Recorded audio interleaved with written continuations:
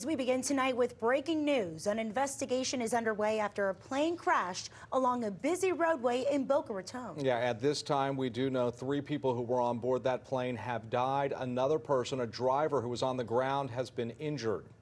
Take a look. This is video sent to us earlier today by one of our viewers. You can hear the sirens and take a look at the smoke.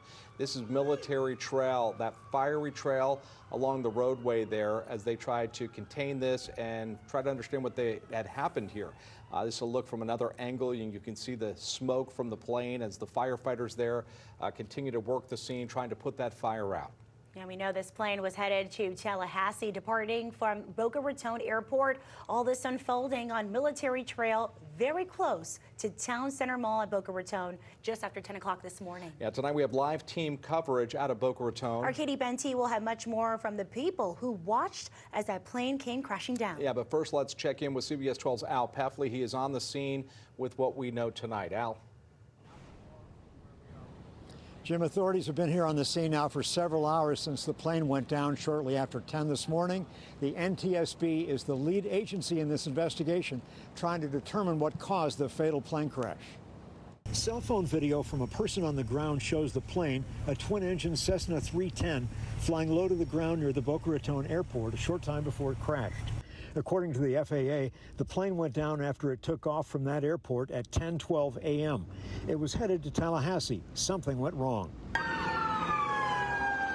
The plane went down onto the train tracks just west of I-95, not far from the Town Center Mall. The aircraft had apparently some mechanical issues and went down here on Military Trail. We will at this time confirm there were 3 fatalities in the aircraft, and there was 1 injury on the ground, non-life-threatening.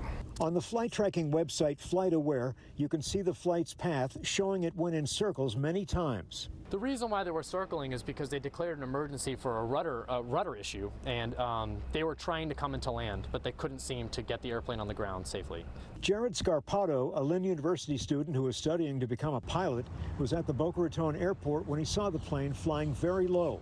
He says another student on a radio frequency that is used by Lynn University students and flight instructors told him the plane had problems with the rudder. They were coming around and they kept circling, but they couldn't really get the airplane on the ground safely, so they kept going around. Scarpato says the issue made it so the plane could only make left turns. And he was coming in, so he was coming down, out of sight. If they're out of sight, because we can see the entire runway, obviously a bad sign, right? So we just saw a big plume of fire and a cloud of smoke, and it really took everyone, it really made everyone shell shock. Authorities have not released the names or ages of the 3 people who died on board the plane. On behalf of the city, we express our heartbreak at this tragic loss of life. Our thoughts and prayers go out to the families and all affected of the deceased. And I'm told the Cessna 310 is a twin-engine plane. It can hold up to 6 people, including the pilot. This particular model of airplane is no longer being manufactured. Cessna made this plane between 1959 and 1980. We are waiting on more information now from the NTSB on what caused the plane to go down, killing 3 people. Live in Boca Raton, Al Peffley, CBS 12 News. Well, as you can imagine, this is a busy area of traffic. It's been a real mess throughout the day, and that's where our Katie Benty is joining us. And Katie, what's the scene looking like right now on the ground? Yeah, Luli, well, right now I am backed up to Military Trail, which you can see is still closed off, shut down as crews continue to investigate this tragic plane crash. Now, as we know, 3 lives were lost on board and 1 person was injured, actually a driver. Fire Rescue tells us that the plane did not hit any cars directly, but one driver driving to avoid the flames and falling debris lost control and slammed into a tree. And actually, if you take a closer look over there, you can see the charred car right by the train tracks. Aviation student Justin Torres was walking to class when he spotted it. I see this plane and it's really low. It's 200 feet. Normal traffic pattern altitude for Boca is 1,000. So obviously I could tell something was kind of wrong, but I didn't think much of it. Video taken from another plane on the runway shows the aircraft struggling in the sky. And just after 10 a.m. Friday, drivers on I-95 looked up and saw this. Thick smoke rising from a blazing crash near the Glades Road exit. Justin quickly connected the dots. My mind immediately thought of that plane because it was not that long after I saw it. Fire rescue says a small plane went down shortly after taking off from Boca Raton Airport, killing the 3 souls on board and leaving a trail of destruction on the ground. I was kind of just shocked in the moment. I don't remember if it was the noise and the shaking. I'm pretty sure it was the noise and the shaking of the building first, and then I saw the smoke. And I was meant to keep going straight because my mum's works over there. I was picking her up. And then I saw something, so I took a sharp left. So I didn't know what it was. It was big. I saw something big. And I saw a big fireball. Officials say another driver going down North Military Trail swerved to avoid that fireball and falling debris, lost control, and slammed into a tree just feet from the train tracks. He was sent to the hospital with non-life-threatening injuries. Now again, North Military Trail is still closed down between Northwest 19th Street and Butts Road. And right above there, Glaze Road was closed down for several hours earlier today, but just recently reopened. Reporting live in Boca Raton, I'm Katie Benti, CBS 12 News.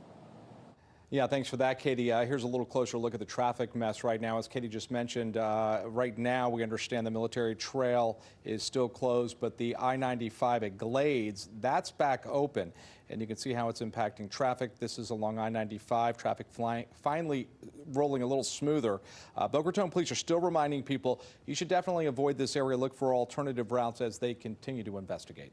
And as a result of the crash, Tri-Rail has established a bus bridge between Deerfield Beach and Boca Raton stations, and that means buses will move people from the stations impacted by the plane crash so they can continue their trip. They've been doing this since it happened. Rail services will continue as scheduled south of Deerfield and north of Boca Raton. In a statement, the South Florida Rail Courier Executive Director, this is his statement. It says in part, quote, staff is on the scene cooperating with investigators and assessing the damage caused by the crash. We expect that train service will be affected with delays for the remainder of the day and possibly longer, depending on the investigation and when we can safely restore train service. Well, a lot of eyewitnesses posting on social media, sharing this across the globe tonight. This is one of the videos that we wanted to show you. This was close to the scene. Witnesses say that plane just erupted into flames. This person happened to be walking by at the time. Another video, this one shows the trail of fire. This was just moments after the plane had gone down. This man says that the airport is not that far from his house. He offered prayers for those involved. Also, another video to show you. This one's the exact moment that the plane went down. This is just shocking. You can see that ball of fire as that went up into the sky, erupted moments after that plane, and then, of course, the black smoke. And it was quite a scene. Our meteorologist Michael Ehrenberg continuing our coverage tonight.